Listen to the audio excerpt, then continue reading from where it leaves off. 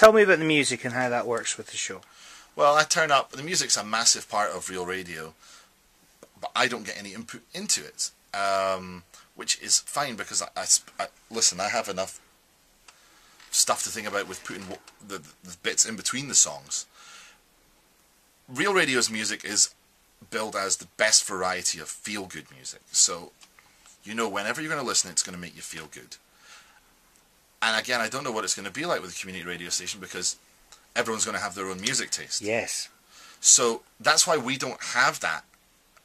And I'm going to do this McDonald's analogy, and I know Jim's heard it 1,000 times, but I'll give it you anyway, because you might not have. And that is that radio stations have playlists and formats because you know whenever you're going to tune in, it's going to be something that you're going to like.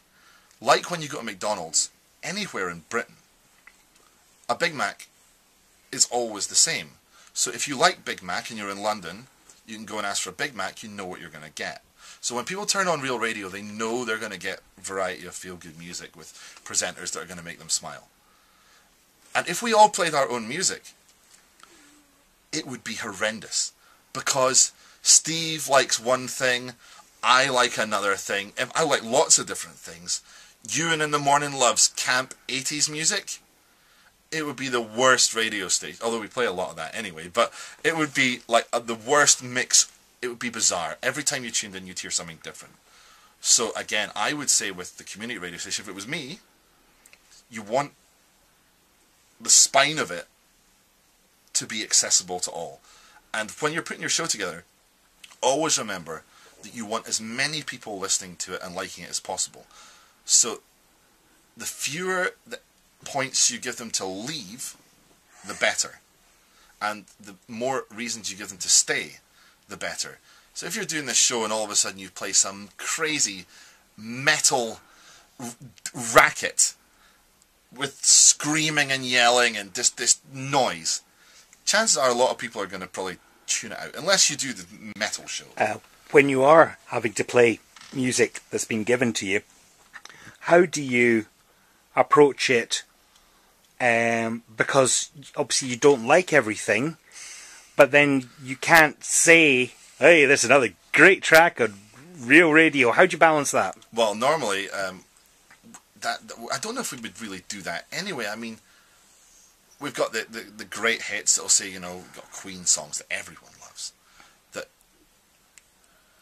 what's left to be said about them? I mean, oh, coming up next is a song by Freddie Mercury, blah, blah, blah. You know, it's got an amazing, legendary track by Queen. If I'm playing a song I don't like, and there's a few, then I won't negative on it, ever, because you've just played someone's favourite song, otherwise the radio station wouldn't be playing it. And the people that are listening think you pick the music anyway. If I had to give a positive about a song that I didn't like, I would probably get a caller to do it. And so I would say to the call, because I record all my calls, but this is a sneaky trick. Do you like that song by Adele? Oh, no, not really, they would say. If they said that. Or they might say, I love it, and I'd use that clip. Oh, I love that, great. If they said, no, I don't like it, I would maybe say, well, what's your favourite song right now? Oh, well, it's this. Why'd you like it? Oh, it's the song that puts me in the mood. It's my favourite song at the moment.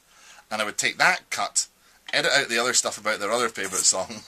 Jim's laughing at this now. And then I would use that, because ultimately it's only you and them that know, and everyone else listening has no clue. So I would find a way. That's outrageous, isn't it?